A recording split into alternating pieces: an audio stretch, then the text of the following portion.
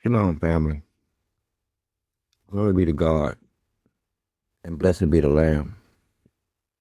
I have a question. What is valuable?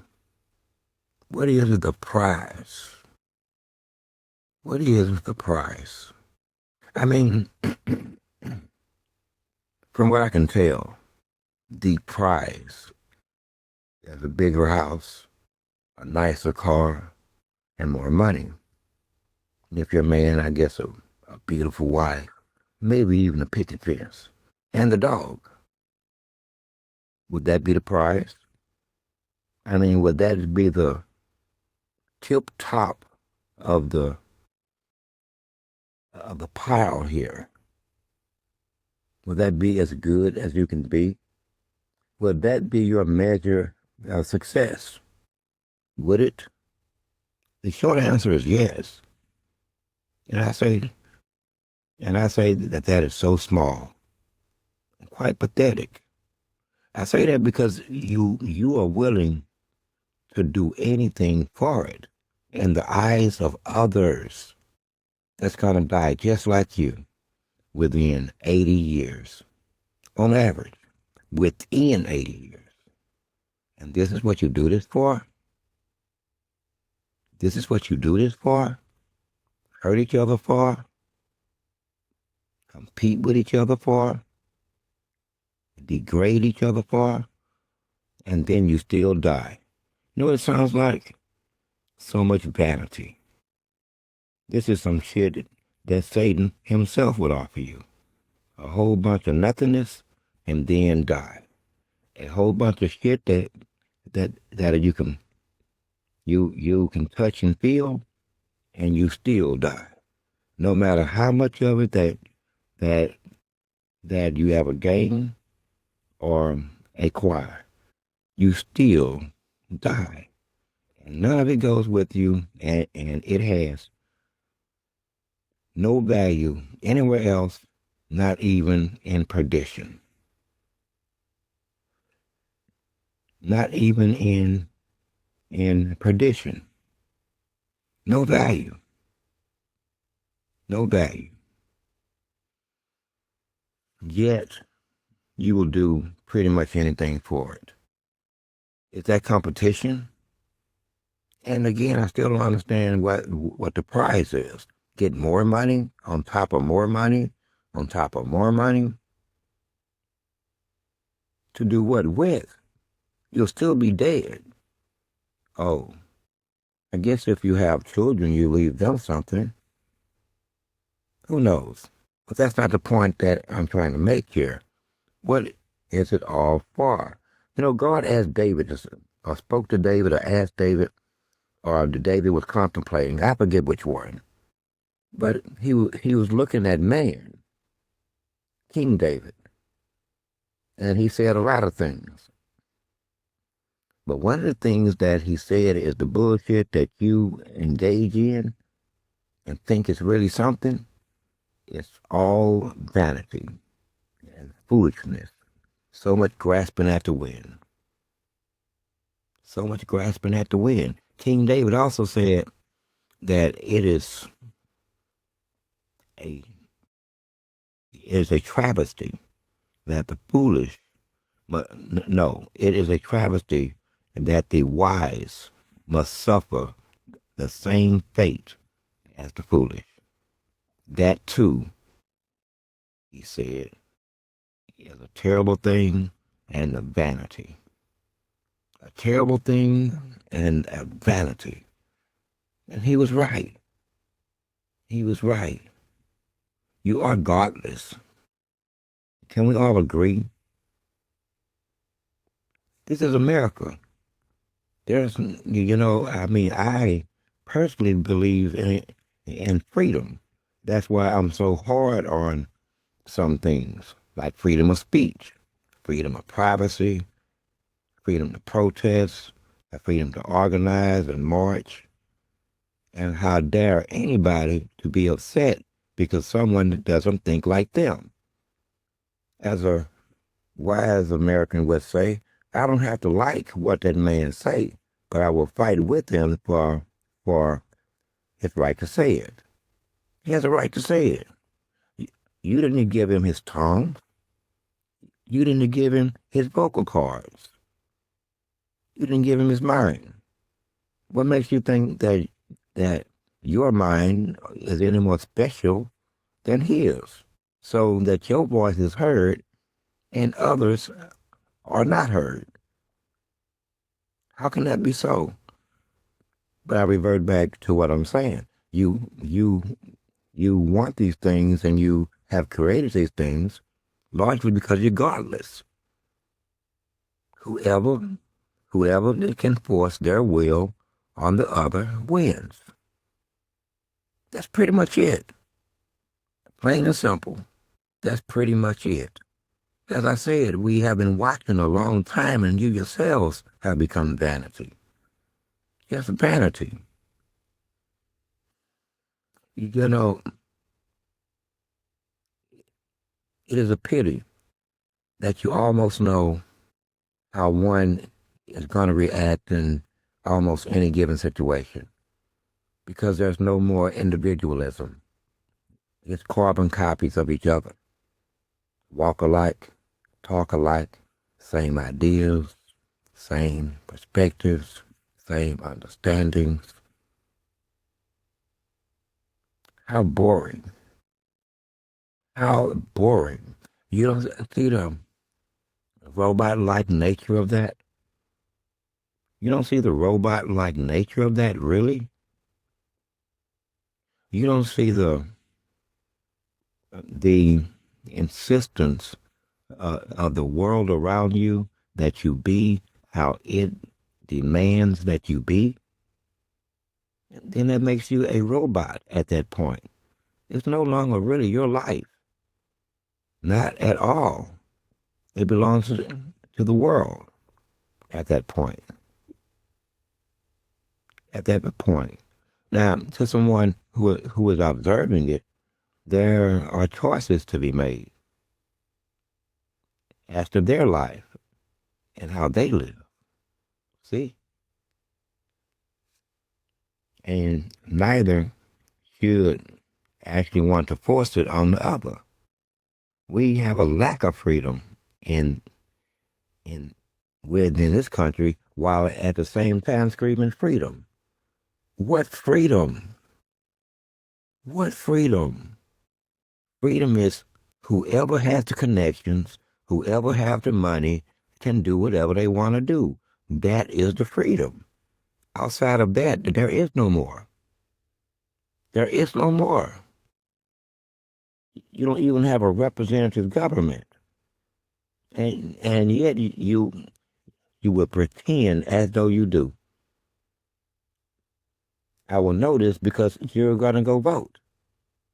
You're going to go vote. And the same thing will be again and again and again. Even as homelessness grows, all kinds of afflictions flourish, marriage down, hate up. They've taught you all to exist as a single unit, even though you live in a society that doesn't support it. That's the truth. They've broke you down to a singular unit, step by step, in a society that does not support it and can't support it. It can't support it economically, it can't support it sociologically, and it cannot really do it politically. And yet, they do it anyway. They do it anyway. I live in a country right now where the government is watching its own people starve over a political argument, political brinkmanship. Yeah, right now. This is why they still giving money away. Just, I'm talking about just giving it away. 40 million here, 60 million there, 190 million there, 222 million here. And this is all paper money that they print backed by debt. It's not backed by gold. It ain't backed by diamonds. It's backed by nothing tangible. It is fiat money backed by debt. And I would be 35 years old or 40 years old before I even, and I'm smart. I'm really into this kind of stuff. I would be 40 years old before a market showed up on the world stage that would buy debt. Who buys debt? How do you sell debt? What the hell, man? What the hell? Who the hell is buying debt? Well, it's another scheme. It's another plot. So now basically, they're using fiat money. It may as well be monopoly money. It may as well be pink, yellow, green, or blue. It would be the same thing. It would be the exact same thing. If you took the greenbacks out your wallet right now and you woke up with monopoly money, don't be alarmed because as long as you go outside and get to the gas station and everybody else is looking strangely in their wallet, and lo and behold, fucking monopoly money. The cash register open and the man say, "What the hell?" But watch when everybody come in at the same time and all of the money match. I bet you start using it. You're going to make a few phone calls and then you're going to use the freaking monopoly money. That's exactly what you're going to do. As long as that guy over there has some monopoly money change, it will become the new fiat currency based on absolutely nothing. And you can tell him I said it. You can tell him I said it. Let's move a little further, though. You know what's weird? Watching people go through a spiritual evolution. A spiritual evolution. You try not to interfere because that's a bad thing sometimes. In fact, it's a bad thing most times if it's a good spiritual evolution. Stay out of it. Let them come under to their own conclusions. Offer no advice. Let them come to their own conclusions. So I would take it that the evangelical section, hold up, stop. I bet everyone's shocked. I bet y'all thought I bet you thought that I would be talking about something else. Something that would just offend and hurt you and insult you. No, I've put that over in the dark recesses of my mind for now. For now, I think you understand that you have to fix what you broke. It can't just linger out there. You set in motion a sequence of events that just cannot fucking be, and you have to correct it, and then there still must be corrections by us on the other end to even begin to make this right. So this will be your only opportunity.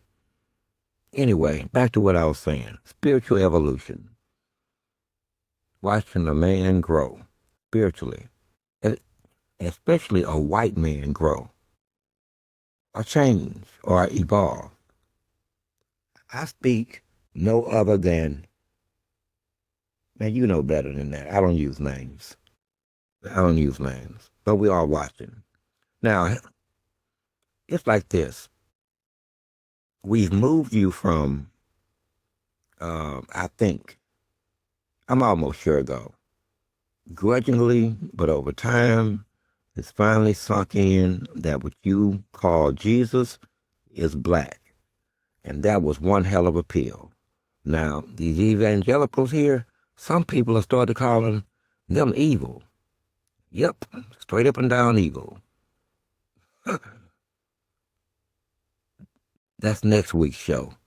It's not me calling you that, but the world can only take so much of you saying that I believe in Jesus and God and heaven and hell, but you could support a nation state as it murders babies. In fact, they murdered themselves quite a few babies just today. Okay? And some more babies yesterday. And day before that, they got fancy as hell. They wiped out a whole family. Now remember, that's your stance. That's where you're at. And that's next week's show. Anyway, spiritual evolution. Some of them, meaning white people, are starting to seek in that Jesus is black. Now, just when you think that you got the Joker's pin, just when you think you got them cornered, they move to, not all, Jesus ain't God. Damn. Just when we thought we had them pliable, just when we thought that they had reached a level of understanding that now we can actually talk to them, they now turn the argument to, okay, Jesus might be black, but Jesus ain't God. Well, I be hot damn. You guys are just thick, thick, thick, thick, thick, thick. I mean, you are the type of thick that I better shoot you in the head from 60, 70 yards away, because I'm surely to hurt myself, or at least put myself at risk, because your skull is that thick. I mean, I don't think armor piercing around. Damn. So now, that's where you are. Jesus ain't God, pray tell. But the sad thing is, Jesus have been saying this a very long time. Jesus has been saying that I have a father. I've been saying I got a boss. Same thing. I got a boss. What the boss wants, that's what the boss gets. No question, no argument, no asking, just go do it. And that's what we're trying to get you at. But you're thick. So, if Jesus ain't God, and he's not, but let us extrapolate on the notion Jesus isn't God. So what is he? I mean, if you're going to make the statement, then you should have a backup argument or some kind of freaking analysis to buttress what you're saying. Jesus isn't God, so what or who is Jesus? That should be the next question. Do you ask yourself that? And by the way, what is God? Did you ask yourself that? What is your rendition of God? Because there has to be a rendition if you don't see the connection between Jesus and God. I mean, you are so missing it. You are so missing it. And let me help you out. And I don't do this for just anybody. And I've done this before. Okay? Now, the first time I've done this, I thought I would be in some kind of trouble because, I wasn't too sure of things then. And even though God had already said that, son, whatever you do or say is in order, I didn't trust that shit. Dad, I can make you mad. Don't say that. Please don't be, because I'm not responsible. Not like that. It can't possibly be that whatever I do or say is in order. Son, whatever you do and say is in order. But I didn't believe him. I mean, I did, but I had to be kind of skittish because that's a hell of a statement here. And I know myself. And sometimes I can get, but then I thought further, and this is where we get right back to what I was saying. I, unlike you, thought further on the essence of God and what he is and why anything I say or would do is an honor. Now, let's get back to what I was saying. With that being said, what do you think God is? I bet you think that God is a big spirit, a big form of a man or something, just one big spirit. I bet that's what you think, but you'd be wrong. Yes, you'd be vastly wrong. God is a combination of seven spirits. Seven, as in the seven candlesticks. If you notice in the Bible, almost everything is seven. Seven, seven, seven over here, seven over there, seven, seven, seven. God is a combination of spirits making one spirit.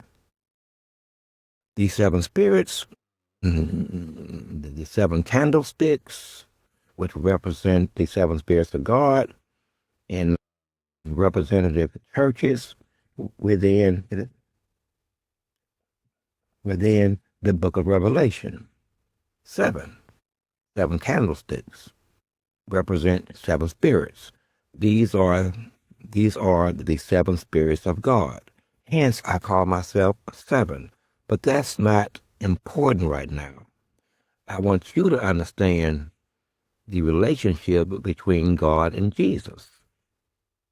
See? But first you have to understand God to ever understand Jesus, to ever understand him. You have to understand him first, as much as I can tell you at his essence. And that's not a lot. That just scratches the surface. There's so much more. God is not something that begins and ends. God is something that always was. That's a big ass difference. Now, however, your human mind find that hard to, you find it hard to process that statement always was, because everything comes from somewhere, and it became from somewhere, then it came from some other point in time. But you'd be wrong. You would be wrong. But you never understand how you're wrong. So we won't go into that. But you'd be wrong. Just like you would be wrong in thinking that nothing is something. And I mean, how can I put this? Without nothing, there is no something. Everything began as nothing. Everything began in the dark. All of it. Everything begins as nothing, or come from nothing, and into something in the dark. If you think about it. If you just think about it. Everything, including you, creation begins in the dark. And from the darkness, it seeks light. You get it? Seeds, perhaps. A woman's womb in darkness and the child comes into the light. Very sinful light, especially in an area as most dreadful, as most dreadful as this one. But we're going to try to tame it. We're going to try to whip those spirits right the fuck up out of here. Living under blankets and shit. They have no right to walk around living their lives under blankets, dark mist, dark spirits, nothing else. They have no innate right to engage in it. But that's just me. That's just me. So we got a lot of work to do. But back to what I was saying. Now that you have some understanding of what God is, which is not much understanding, but it should answer a few questions. Now we get to Jesus. Let me tell you about the creation of Jesus. Jesus began before you think he began. Jesus began in the Old Testament. Jesus began at the point where Abraham was about to sacrifice his son because God told him to, and he was willing to, and God was shocked, so shocked that he was willing to do it, that God was beside himself. And here's what I mean. I don't understand it. It's just how God is. At some level, he didn't think he would do it, which would tell you that wasn't going to affect his belief in that man's faith or his loyalty. It just meant that I don't have it in me to sacrifice my own blood. That's all that means. It doesn't mean that I love God any less. I have lost my faith. I just ain't got it in me. Lord, if you want it done, then you're going to have to do it. But you can't put my own hand to it. You can't make me put my own hand to it. I'm sorry. If you're going to toss me in hell, then where's the door? Just where's the door? You don't have to throw me. Just where's the door? But that ain't what he did. He was actually going to do it. Washed him up the mountain, tied him down on a big-ass rock, raised his blade, and just as he was about to stab him, God said, wait. And he looked over there, and there was a ram. And God said, make the ram your sacrifice. Now there, right there, began the beginning of the thought of what Jesus would be. Because God watched man willing to sacrifice his own son. Hold on, it gets better.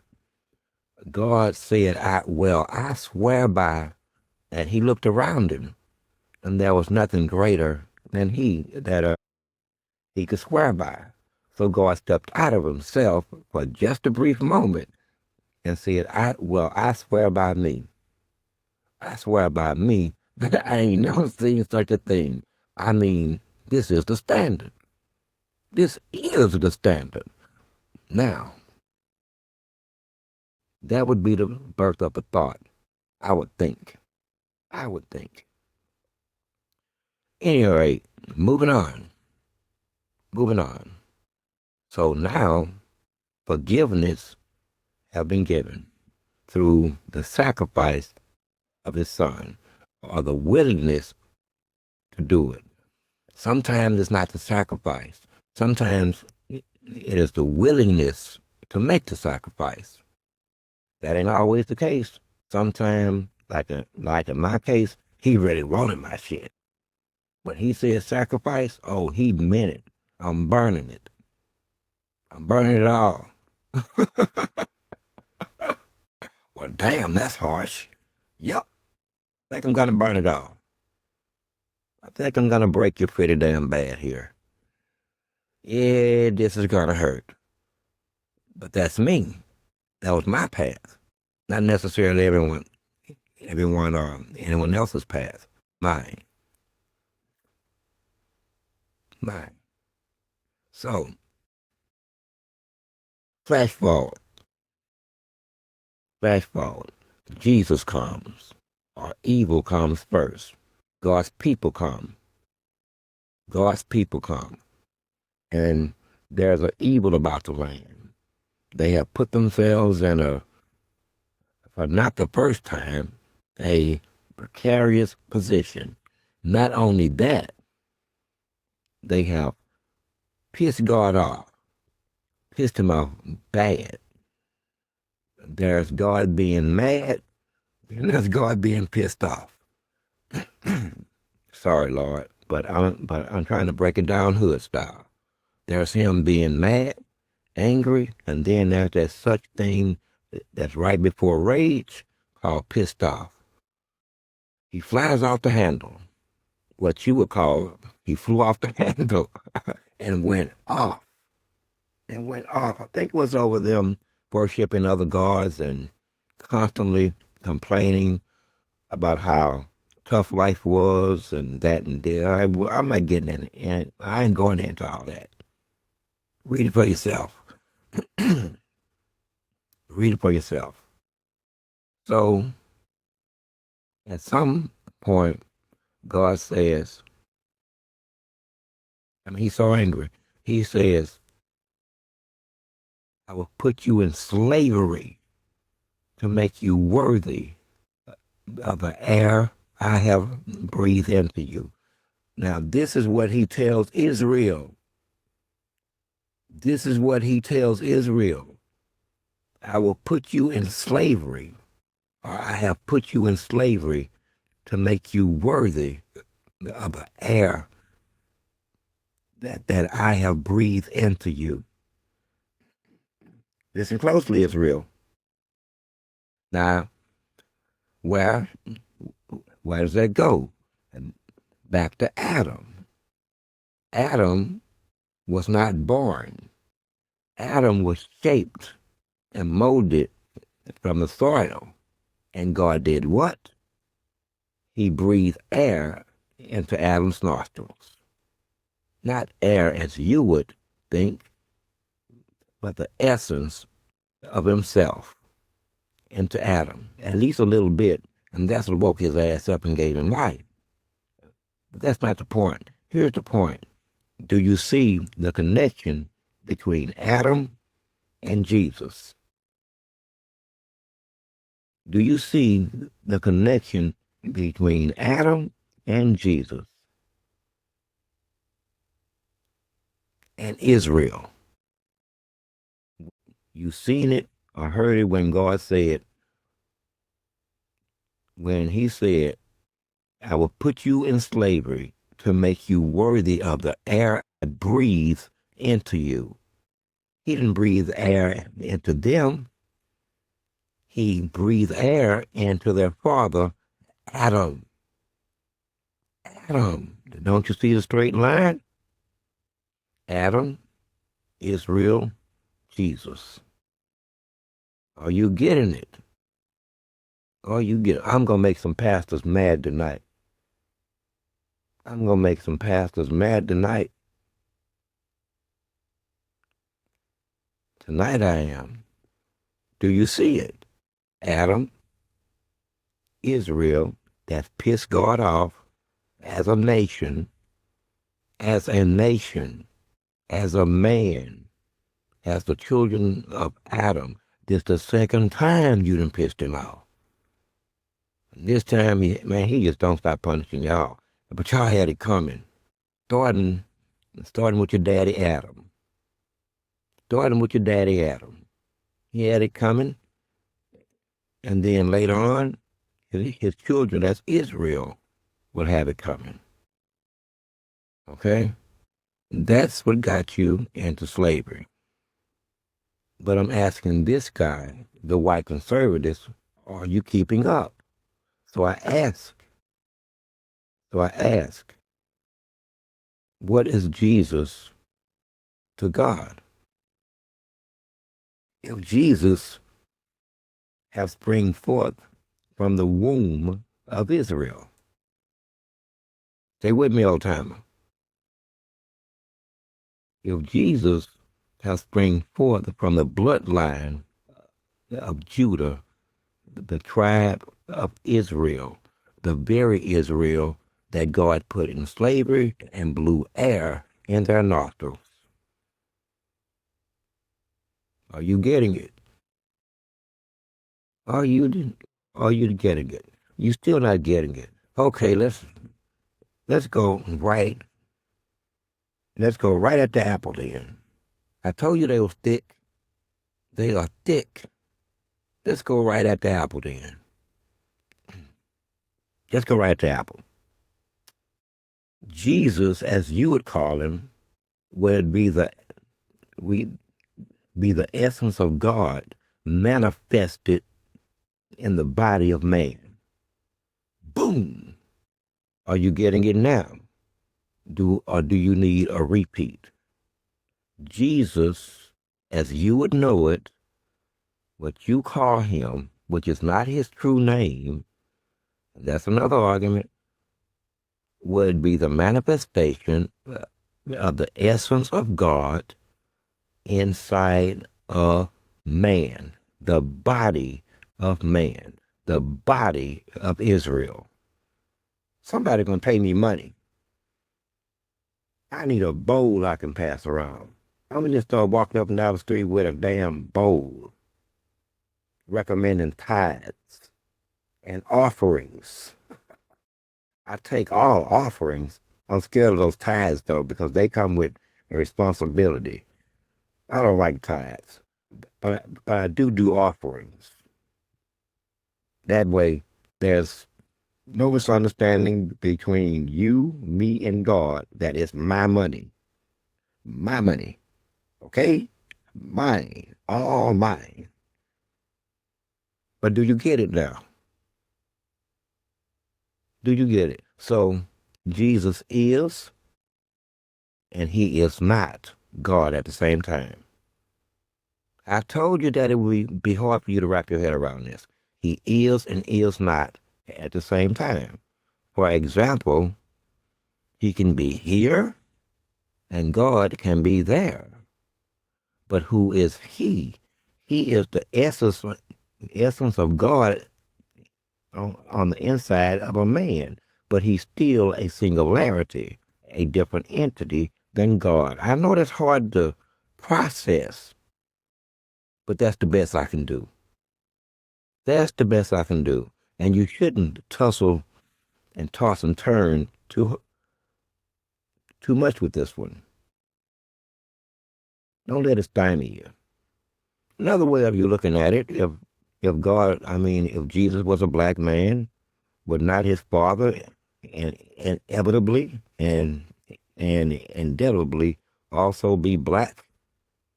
I'm just saying, and I don't mean to bring up the racial aspect of it, but if he black, I would safely think that the father's black or somebody in that damn relationship is lying. That is not my baby. That's not my baby. Maybe they switched me. Anyway, we won't make light of the situation because you're confused. You're confused. And while Jesus is not God, and you only say that because you come to the conclusion slowly that he was black. And now, because you've been force fed that shit and there's nowhere else to run, every leg, every leg of your argument have been broken. It was a three-legged stool, every leg gone. And now you're on the floor, and now you reach out beyond Jesus and you scream God. Man, I guess he's gonna. Did you not get the news? And see, I mean, man, how many of you guys need Bibles? Is there anyone out there giving away free Bibles? Old and New Testament, because they're gonna need both. They're gonna need both, and they still got time to read it before hell and brimstone and floods and stuff and lightnings and shit start. And that most frightening of all things, that the thunder re- finally reveals its own knowledge. Wow. I can't wait for that day. I can't wait for that day. The Bible says just when someone was about to write it down, God stepped in and said, stop, write that not. Seal it up and utter not what has been spoken by the utterings of the thunder. I say, well, damn. Just when I was about to get to the good part, just not about to get to the good part, somebody steps in and say, hey, don't listen to them right now. It's not time. Oh, you can believe them, but let's just say they be doing their own thing. And I, as the master, I be doing my thing. Jesus be doing his thing. We all got things to do. Don't write that one down. Seal up the book and then eat it. Seal it up and eat it. We're going to make sure you don't write that in there. That'll get you. Anyway, are you getting it now? Jesus is the manifestation of what you think of as God. And I'm being presumptive when I think you mean the ancient of ancients and the creator of all things. That would be the connection. But my further point is how you have to deal with your race issue. God will still be black. Not like you would think black, but he'll still be black. Okay? He will still be black. In fact, there's not a real description. I mean, There is, but it wouldn't be black, like you would think black. No. Anyway, like I said, your feeble minds are incapable of a full understanding of what I am trying to say here. It's because you only use, what, a little bit over 20% of your brain cells, and the rest are just kind of lie there dormant for no apparent reason. Wake your ass up. I told you I'm gonna just start slapping people. I'm gonna go to jail. I already know it, and I don't even care. The third call this month. What, Barnes? What? He slapped somebody else? Yep. Damn. Well, where's he at this time? Shit. I guess he meant it. He gonna wake them all up by a slap and scream at them. Wake up. Yeah. Wake your ass up. Anyway, sir, that's where we at. Now, maybe with your newfound understanding, you could talk to these evangelicals over here, cause they're having a tough time of it. You, on the other hand, I do think that you swallowed the pill and have accepted the fact that Jesus, as you would know him, is and was black. Okay? Enjoy the rest of your life. I am Source. I am 7. I am 1.